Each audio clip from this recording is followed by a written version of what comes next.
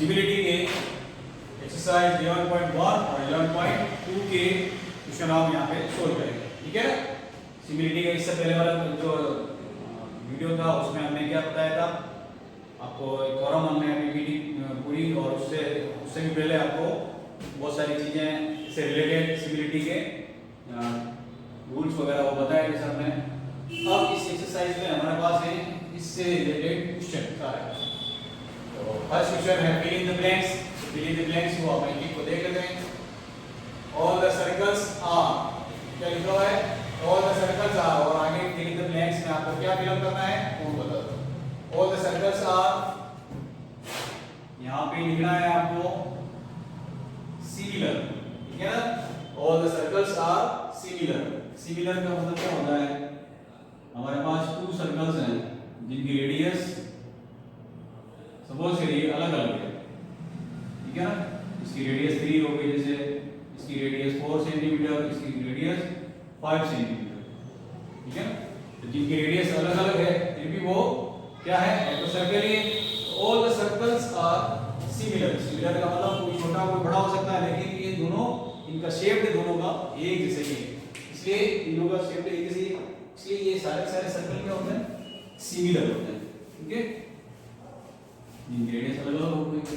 All the squares are, all the squares are, सारे square, square की sides कितने भी आप स्क्वायर बना लीजिए, जैसे इसकी साइड 1 सेंटीमीटर मान लीजिए, इसकी 2 मान लीजिए, इसकी 3 सेंटीमीटर मान लीजिए, लेकिन ये सारे स्क्वायर्स जो हैं वो क्या होते हैं, सिमिलर होते हैं। जितने भी स्क्वायर हैं, आप चाहे किसी भी साइड का लेंथ का आपको स्क्वायर बनाना हो तो सारे स्क्वायर का अगर हम सेट तैयार करें तो वो भी क्या होते हैं, सिमिलर। इसमें भी सिमिलर फिल करना है।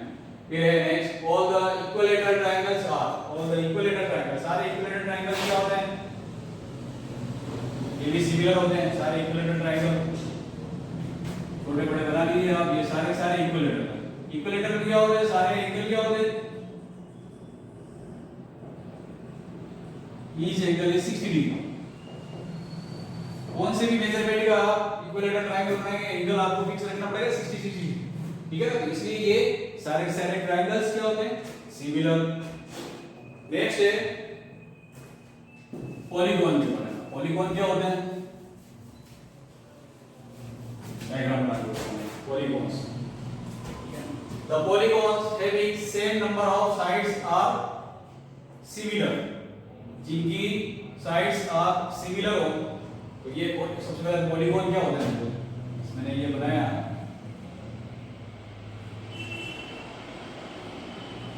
इसमें कितनी साइड है, 1 2 3 4 5, ठीक है ना। 6 साइड्स हैं, 6 साइड्स है। दो ये पॉलीगॉन, तो सबसे छोटा पॉलीगॉन कहाँ से स्टार्ट होता है, स्क्वायर, फिर इसके बाद ट्रायंगल, उसके बाद स्क्वायर, उसके बाद ये पेंटागन। इस तरह से ये प्लेन डायग्राम्स होते हैं जो मिनिमम 3 साइड से क्लोज फिगर बनने वाले जो डायग्राम होते हैं वो होते हैं पॉलीगॉन सारे। तो अब इसमें ये कहा गया कि ये दोनों एक दोनों ने यहाँ बना दिया, एक ने यहाँ बना दिया, सपोज करिए एक छोटा है एक बड़ा, ठीक है। इसमें 6 साइड्स। अब the polygon having same numbers of sides are similar, जिनमें इसमें भी 6 साइड है, इसमें भी 6 साइड्स है, तो ये दोनों सिमिलर होंगे। कब होंगे ये आपको इसमें लिखना है कि ये दोनों जो पॉलीगॉन है ये दोनों सिमिलर होंगे। कब होंगे, जब इनके जो साइड्स हैं ये यहाँ पे लिखा हुआ है, टू पॉलीगॉन्स हैव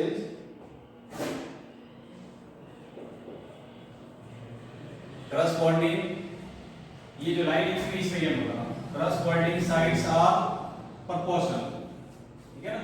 अगर आपको इसका आंसर लिखना हो तो ये यहाँ पे ट्रू फॉल्स वाले क्वेश्चन में एक 4th नंबर पर जो पॉइंट है उसमें लिखिए आप corresponding sides are proportional, ये यहाँ पे लिखना है। और सेकंड में corresponding angles are equal, ये यहाँ पे लिखना है, ठीक है ना। corresponding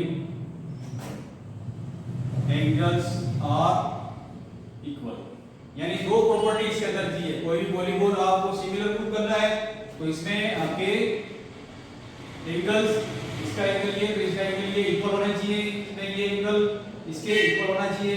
अब साइड्स जो है वो करस्पॉन्डिंग प्रोपोर्शनली इक्वल होनी चाहिए, यानी अगर आपके पास ये 4 सेंटीमीटर की ये 2 सेंटीमीटर की हो सकती है, ठीक है ना, इसका मल्टीप्लिकेशन वाला जो साइड होगा वो यहाँ पर आएगा, जैसे यहाँ पे 6 करके हो सकता है ये 3 सेंटीमीटर हो, इस तरह से प्रोपोर्शनली इक्वल होने चाहिए साइड्स, तो वो दोनों क्या हो गए, सिमिलर हो गए। पॉलीगॉन के बारे में बता रहा हूं, तो फर्स्ट में क्या लिखा है, करस्पॉन्डिंग साइड्स आर प्रोपोर्शनल, ठीक है, प्रोपोर्शनल इक्वल होने चाहिए और करस्पॉन्डिंग एंगल्स आर इक्वल होने चाहिए, ठीक है, ये सारे आपको फिल अप करना है इसमें। फिर है ट्रू फॉल्स वाला, ट्रू फॉल्स वाला देख लेते हैं इसमें क्वेश्चन।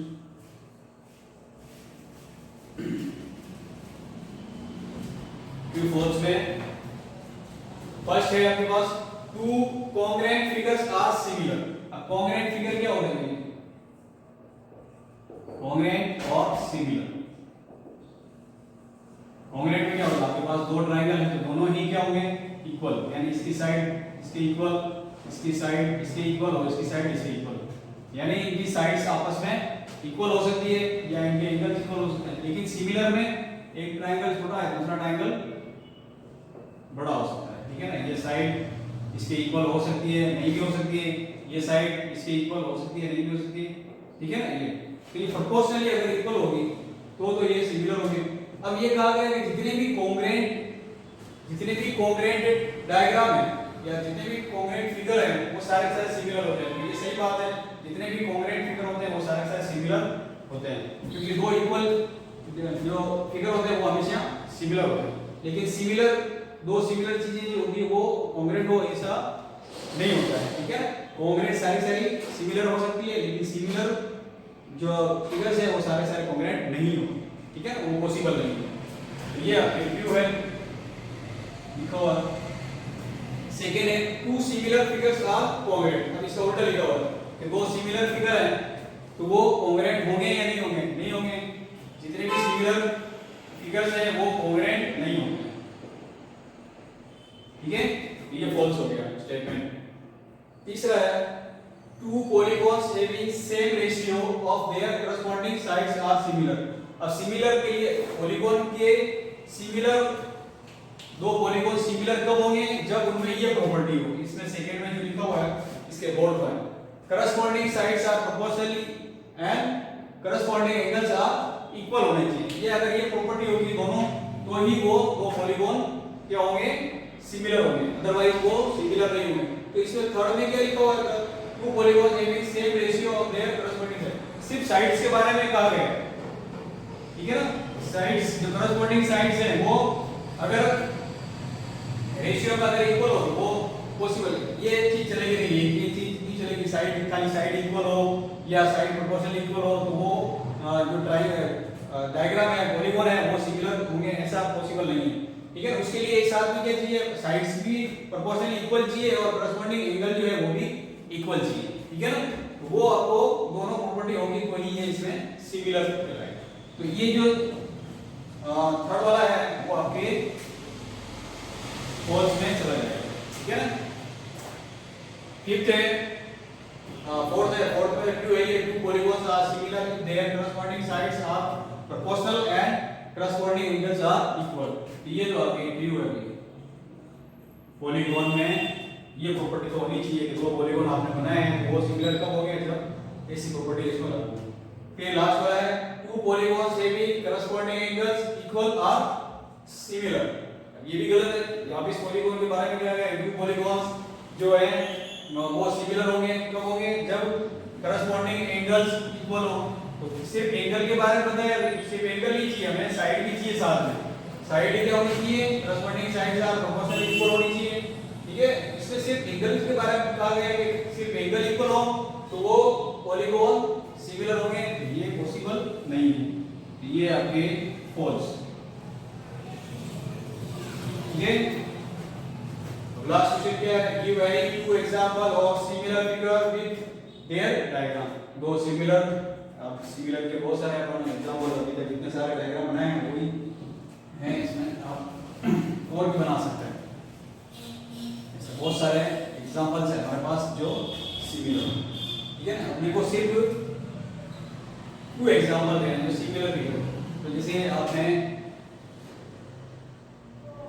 एक सर्कल और दूसरा बड़ा सर्कल बना दीजिए। ये दोनों क्या है, सिमिलर है। ये दोनों क्या है, सिमिलर। और सिमिलर का जो सिंबल होता है वो इस तरह से आपको एक वेव्स फॉर्म में क्या इस सिमिलर और भी सिमिलर बनाने हैं। एक स्क्वायर इधर बना दीजिए और एक बड़ा स्क्वायर आप इधर बना दीजिए। ये दूसरा एग्जांपल। तीसरा एग्जांपल और भी देखो, ये 60 डिग्री 60 डिग्री 60 डिग्री और एक बड़ा ट्रायंगल और बना दिया इससे थोड़ा सा बड़ा, इसमें भी 60 डिग्री 60 डिग्री 60 डिग्री। ठीक है ना, ये भी आपके एक एग्जांपल हो गया। ये सारे सारे सिमिलर जो है वो है रेक्टेंगल भी हो सकते हैं, स्क्वायर बनाया रोम्बस भी हो सकते हैं, इस तरह से बहुत सारी चीजें ठीक है। अब नेक्स्ट एक्सरसाइज देखते हैं। तो कैसा है क्वेश्चन, अब इनके क्वेश्चन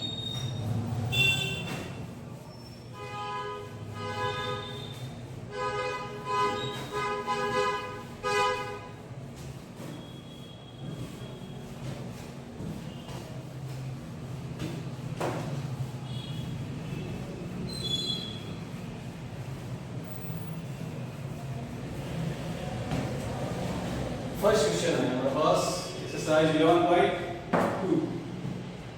ये the point B and E are the sides AB and AC in a triangle ABC such that DE parallel to BC and find it।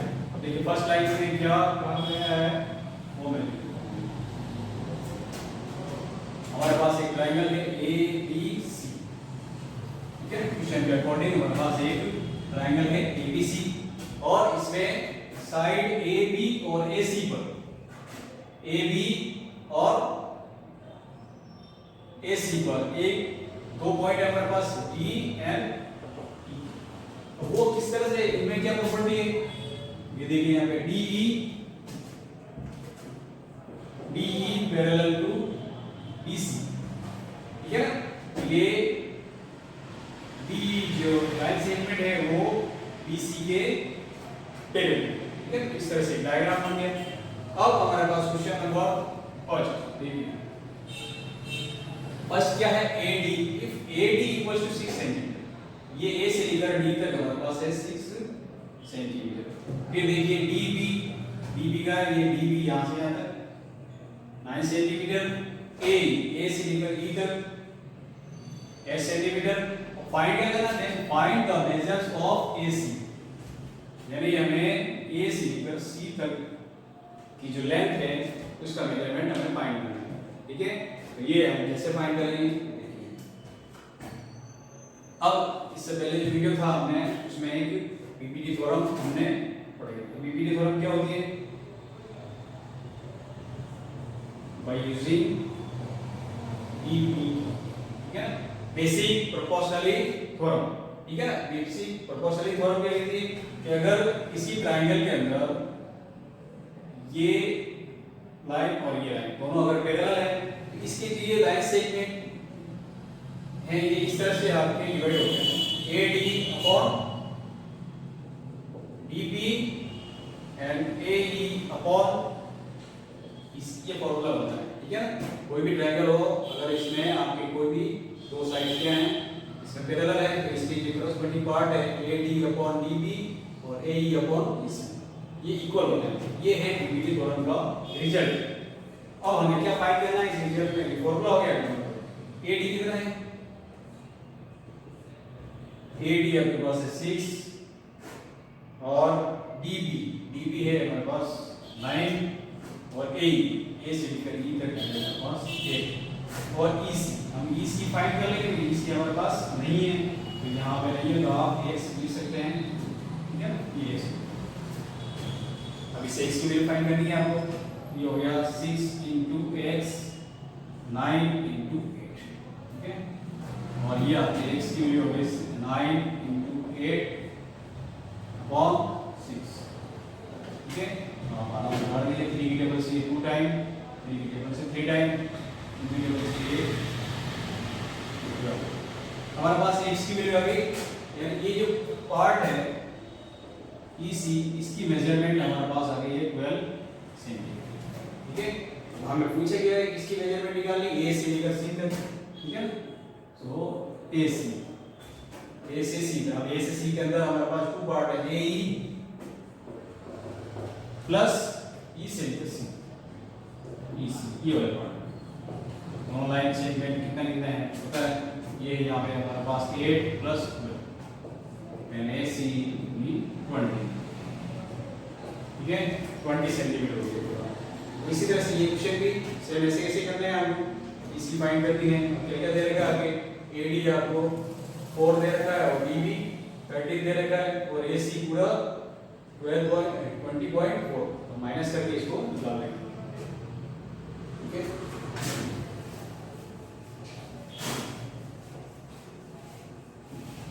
Second question आपको करना है, इसमें फॉर्मूला बीपीटी फॉर्मूला आपको इसमें use करना है, ये आपको सेव करना है। फॉर्मूला वही आपको जब भी मैंने लिखाया था बीपीटी वाला यूज करना है, उसमें देखना है और क्या लिखी है। फिर थर्ड वाला,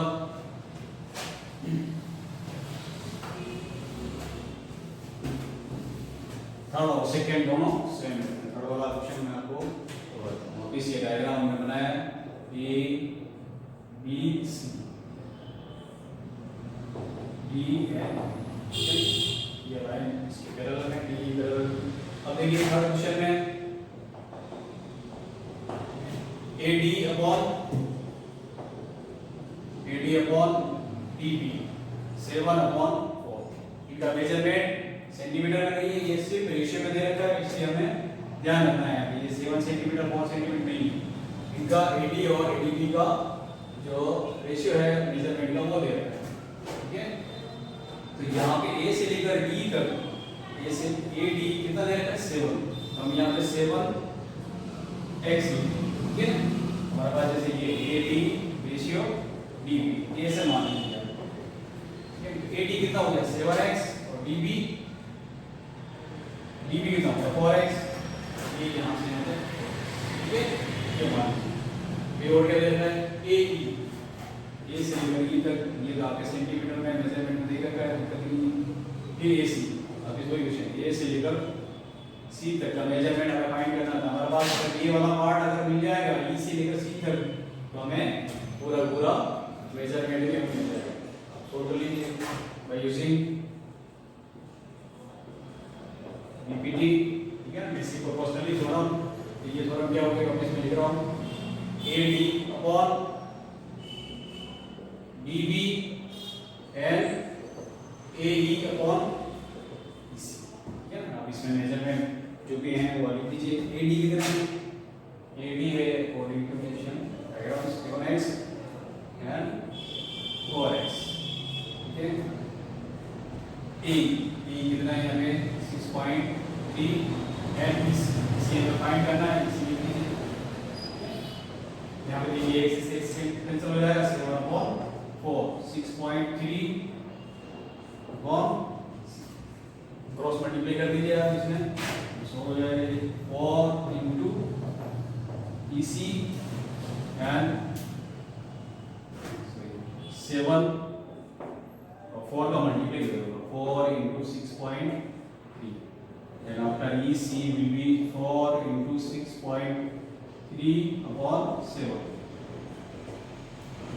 अब 7 से आपको ये अगर कैंसिल, अगर मान लीजिए पॉइंट यहाँ पर नहीं है, E कितनी टाइम 7 9 4 इन, हम यहाँ पे वापस पॉइंट लगाएंगे तो यहाँ पे लगा दीजिए 0.9, EC इक्वल्स टू 4 को मल्टीप्लाई करेंगे 9 से 0.9 से 3.6। इसी के मेजरमेंट आ गया हमारे पास 3.6। पूछा क्या है आपको, लेंथ ऑफ AC में वापस आपको क्या करना है, AE और EC को आपको ऐड करना है।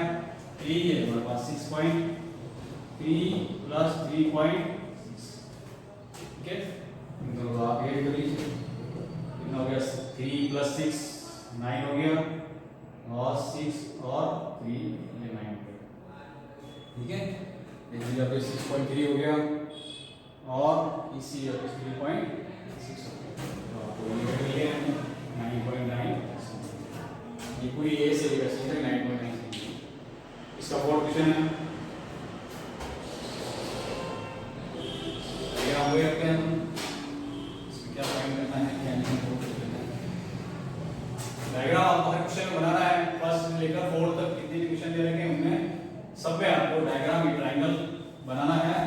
DB parallel to DE parallel to BC आपको इसमें सेम टू सेम लिखना है जैसे क्वेश्चन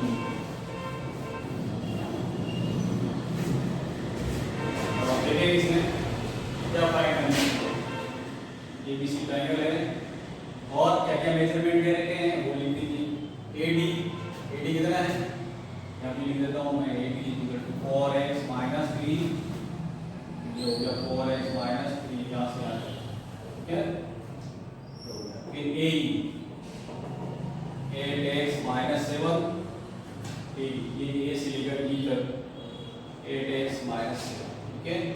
फिर BD equal to 3x minus BE equal to 3x minus 1, ये BD हमारे पास 3x माइनस 1, ये भी दे लिख दीजिए आप। CE ये CE ये मेजरमेंट दे रखा है आपके y(x माइनस 3) ब्रैकेट में क्लोज, ठीक है। तो हमारे पास चारों की वैल्यू है 1 2 3 4, फोर पार्ट जो है उनकी सबकी वैल्यू दे रखी है, लेकिन ये नॉन वैल्यू में दे रखी है, x की वैल्यू दे रखी है। तो हमें क्या फाइंड करना है, फाइंड वैल्यू ऑफ x। इस x की वैल्यू क्या होगी वो फाइंड करना है। तो हमारे पास फॉर्मूला क्या है, cos DE parallel to BC, ठीक है ना। तो बाय यूजिंग PPT क्या होती है, ये corresponding cos AD upon BB और AE upon EC, ये अपना फॉर्मूला हो गया। इस फॉर्मूले में आप वैल्यू पुट करके इनको सोल्व कर दीजिए। AD कितना है, ठीक है। ये तो गई आपके जो वैल्यू दे रखी है गिवन्स में आ जाएगा, गिवन्स और वैल्यू पुट करेंगे। AD में कितना है 4x माइनस 3, ये है हमारे पास DB, ये DB 3x माइनस 1, AE की वैल्यू हमारे पास है 8x माइनस 7, मतलब EC लास्ट BC या CE, इस तरह से आपके एक इक्वेशन तैयार हो जाएगी, ठीक है। अब इक्वेशन को आपको सोल्व करना है। यहाँ पे सोल्व करने के लिए क्या करना है, सबसे पहले हमें क्रॉस मल्टीप्लाई करना है। 4x माइनस 3 में इसका मल्टीप्लाई होगा 5x माइनस 3, ठीक है। और इसका मल्टीप्लाई कर दीजिए, ये हो गया 3x minus 1 multiply 8x minus 7, 8x minus 7, ठीक है। अब क्या करना है, हमें दो ब्रैकेट्स के अंदर ये इक्वेशन लिख भी इनका आपस में मल्टीप्लाई करना है और हमें लास्ट में x की वैल्यू फाइंड करनी है। देखिए 4x को मल्टीप्लाई किया 5x, ये हो गया 20x स्क्वायर, फिर 4x का मल्टीप्लाई आपको करना है माइनस 3 में, ये 12x, ठीक है।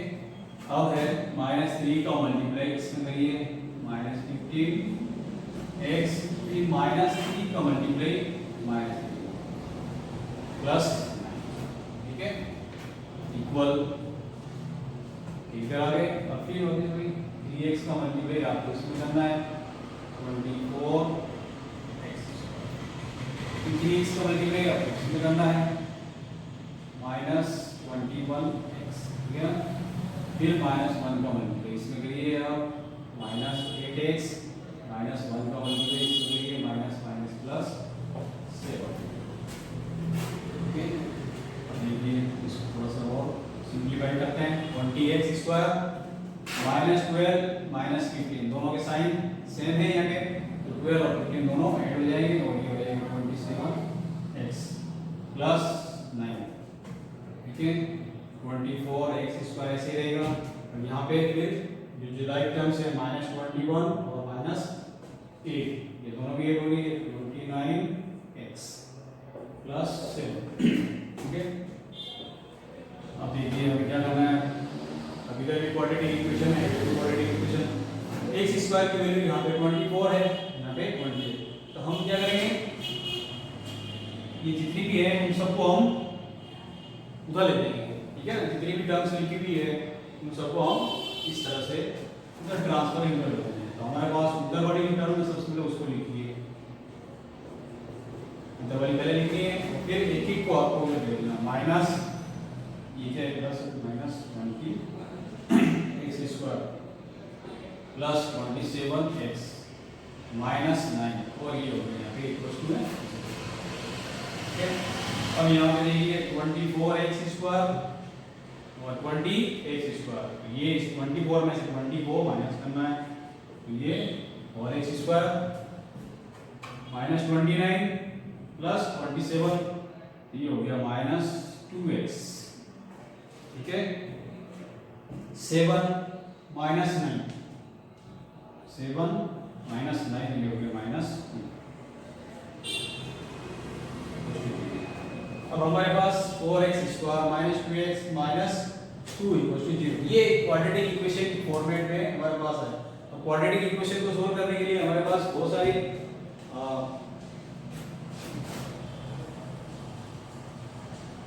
सोल्व करने के लिए बहुत सारे हमारे पास क्या है, फॉर्मूले हैं, तरीके हैं। ठीक है, तो इनको सोल्व करना है।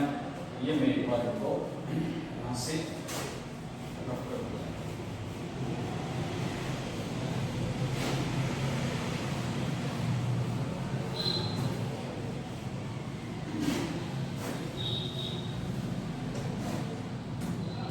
मैं इसको रीराइट कर रहा हूँ यहाँ पे 4x² माइनस 2x माइनस 2। ठीक है, अब हमें इसको सोल्व करना है। मैं यहाँ पे कर रहा हूँ इसके फैक्टराइजेशन मेथड जो है सबसे बढ़िया है।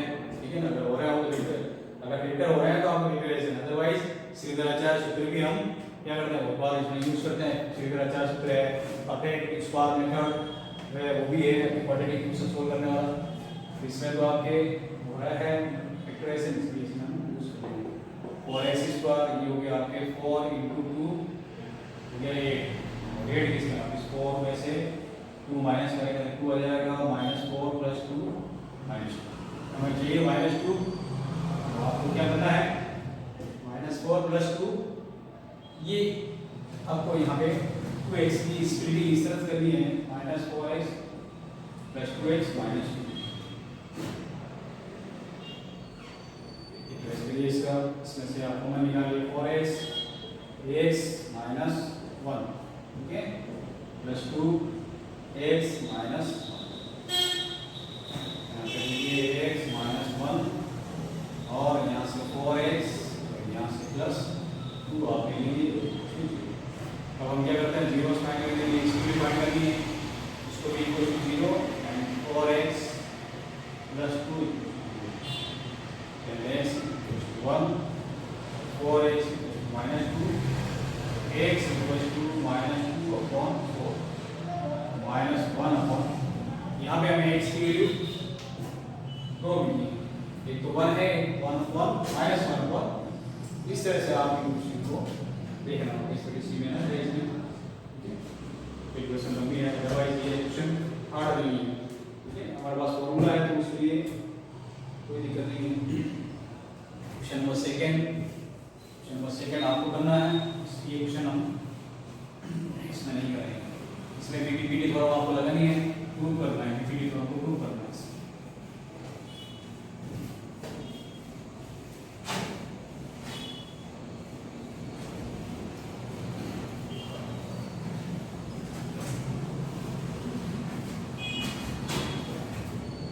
सेकंड क्वेश्चन में क्या है, हमें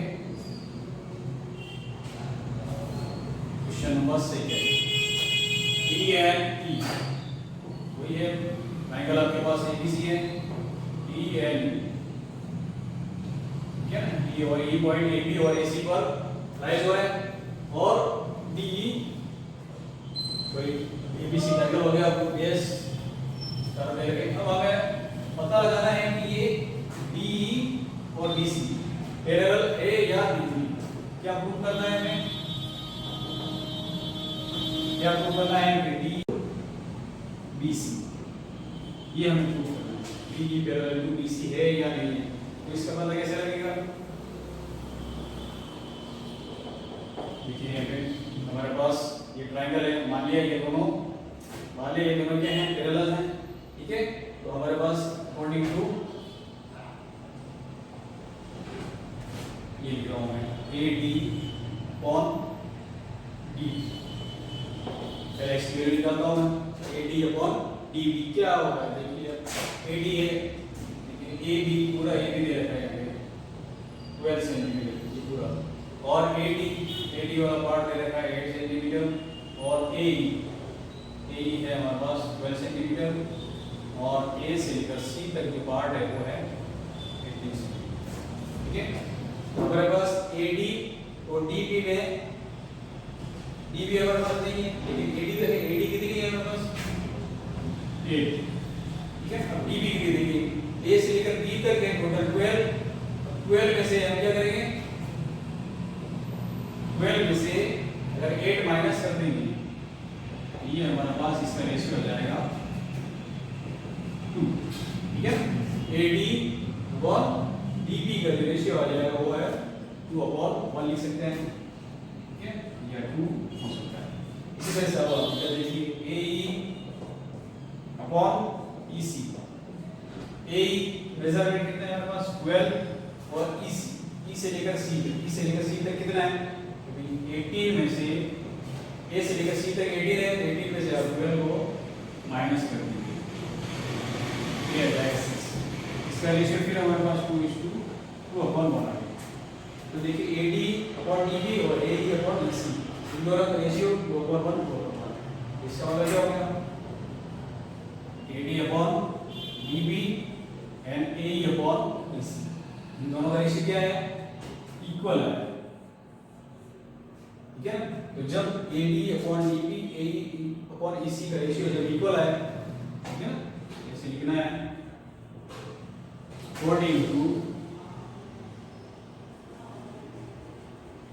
कन्वर्स थ्योरम ऑफ BPT, ठीक है। BPT की कन्वर्स है ये, उसके अकॉर्डिंग अगर ये अगर इक्वल आ जाते हैं तो फिर हम लिखेंगे ये as DE parallel to BC, ठीक है। ये इस तरह से इसको प्रूव किया जाता है। सेकंड वाला क्वेश्चन भी आपको पता लगाना है कि ये दोनों पैरेलल है कि नहीं है। एक आपके पास अगर AB ये दे रखा है, AD दे रखा है, सब मेजरमेंट लिखकर आपको इनका पता लगाना है कि दोनों पैरेलल है नहीं है, इसी प्रोसीजर से, ठीक है। इसके आगे वाला नेक्स्ट क्वेश्चन भी ऐसे ही है, सेकंड से आपको पता लगाना है कि ये AD और EC पैरेलल है या नहीं है, ठीक है। ये भी आपको सही भी करना है, ठीक है। देखते हैं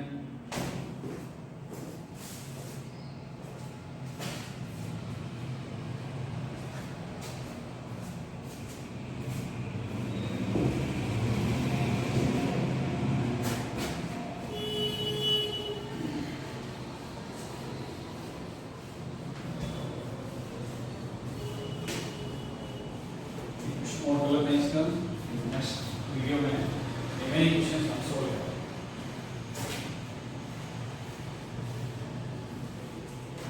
एक डायग्राम बना हुआ है क्वेश्चन के अंदर और हमें प्रूव करना है, वो भी लिखो इसमें क्या प्रूव करना है। क्वेश्चन नंबर 3 का सॉल्यूशन है, देखिए सबसे पहले आपको ये लिखना है given, what is the given in questions, ठीक है। गिवन में क्या है आपके पास एक डायग्राम बना हुआ है, डायग्राम के according LMN are situated on OA, OB and OC respectively such that LM parallel to AB, LM parallel to ये LM parallel to AB, ये दोनों पैरेलल है, इसके बारे में जानकारी दी गई है। And MN parallel to BC, MN और BC, MN और जस्ट इसके अपोजिट आपको एक साइड दे रखी है BC, वो भी क्या है पैरेलल, ठीक है। MN इसके पैरेलल है, ये इसके। अब हमें प्रूव क्या करना है,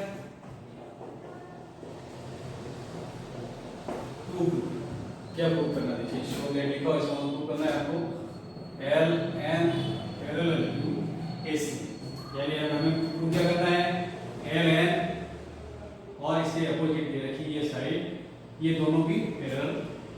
देखिए कैसे प्रूव करेंगे इसको।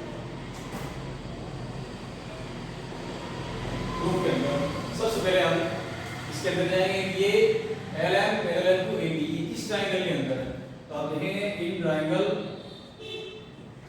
ये लाइन और ये लाइन किस ट्रायंगल के अंदर आती है हमारे पास, O A और ये B, ये ट्रायंगल आपको दिख रहा होगा OAB, ठीक है ना, in triangle OAB L M parallel to AB, ठीक है ना, ये भी गिवन है आपके। अकॉर्डिंग टू by using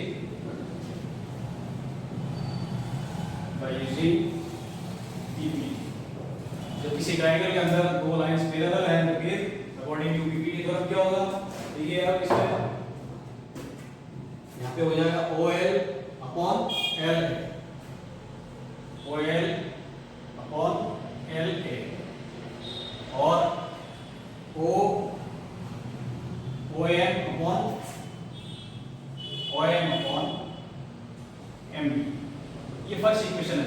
इस ट्रायंगल से जब हमने ट्रायंगल सेलेक्ट किया है OAB, इसलिए ये दोनों पैरेलल है according to PPT theorem, OL upon AL और OM अपॉन, ठीक है, ये फर्स्ट इक्वेशन।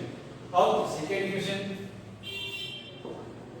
इन ट्रायंगल हम चेंज कर रहे हैं, ये दोनों पैरेलल है तो हमने ट्रायंगल सेलेक्ट किया OBC, ठीक है ना, और इसमें क्या गिवन है आपके पास, MN पैरेलल टू BC, ठीक है ना, ये दोनों इसमें MN और BC दोनों पैरेलल है। फिर हमने इसमें यूज किया है बाय यूजिंग PPT थ्योरम, हमने इसमें लगा दी है और इससे क्या रिजल्ट निकलेगा, और देखिए O से लेकर M तक, ठीक है, और OM upon MB, OM upon MB, फिर इधर आ जाइए ON अपॉन NC, ठीक है, ये इक्वेशन नंबर सेकंड हमारे पास इसके अंदर आ जाएगी।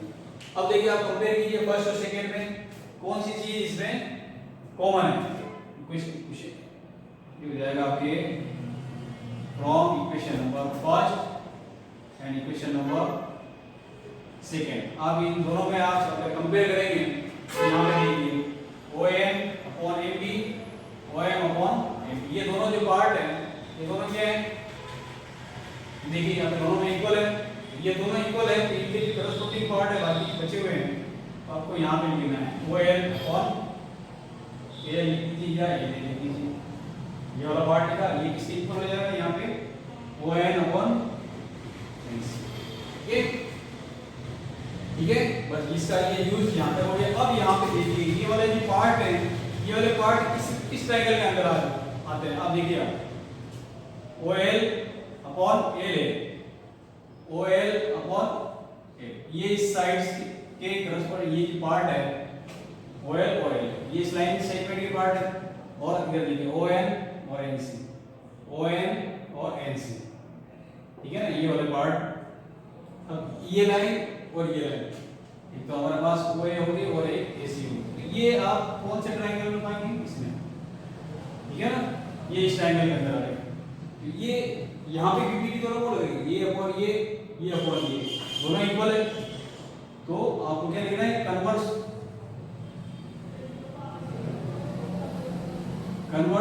Theorem of BPT,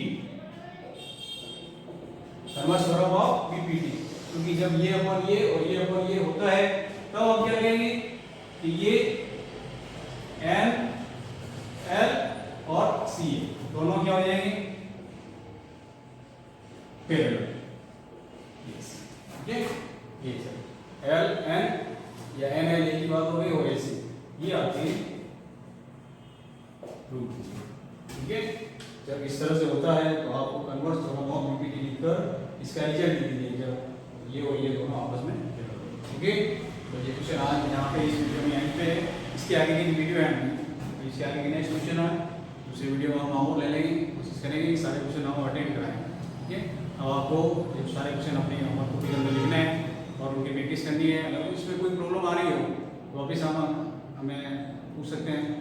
online class चल रही, लाइव क्लास चल रही है, उसमें पूछ सकते हैं। जब भी इसका वीडियो हम लाइव क्लास में लेंगे, इसके बारे में आप इसकी क्वेरी तैयार रखें पहले से, ताकि हम इनके आंसर आपको उस टाइम दे सकें। ठीक है ना? Okay, very nice day.